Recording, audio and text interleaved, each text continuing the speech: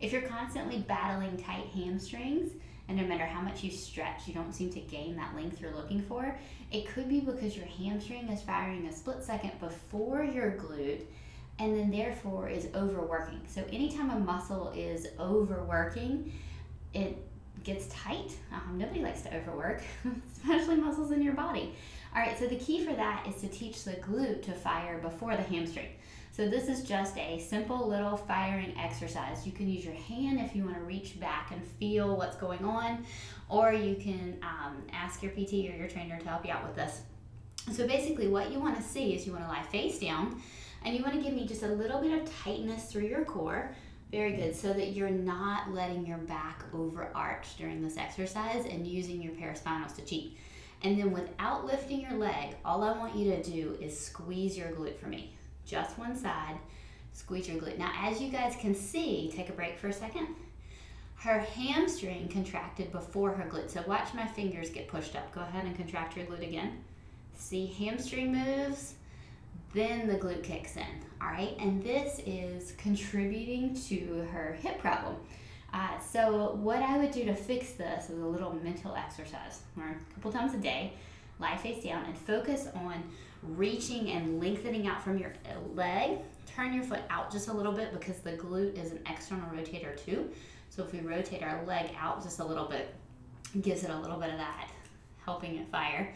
And then I'm gonna have you relax everything for a second. Good, and then focus on squeezing the glute from the top down. Thinking about lengthening. That was a little better. The glute and the hamstring fired at exactly the same time. All right, so take a break again. All right, now one more time, very slow. Try to really focus on squeezing just the glute for me. Good, did you guys see that in the video? Did you see my hand on her glute move?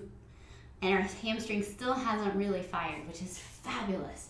All right, so what I want you to do is I want you to work on squeezing the glute, then letting the hamstring fire. And it might take some practice. You saw us just work through that.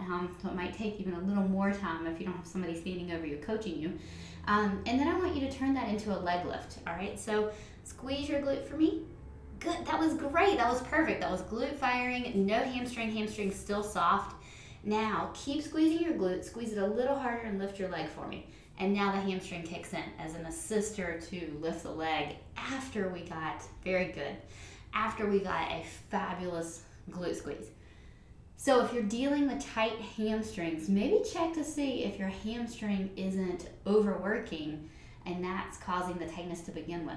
Because if you can get rid of the source of something, it fixes the problem pretty quickly.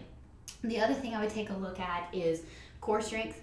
So if your core is floppy, your transverse abdominals aren't firing, your obliques aren't doing their job, nobody's giving you stability from the top of the pelvis, that means the bottom of the pelvis has to overwork, including the hamstring, because people are just trying to desperately hang on, all right? So give that a shot, see if it doesn't help with your hamstring length.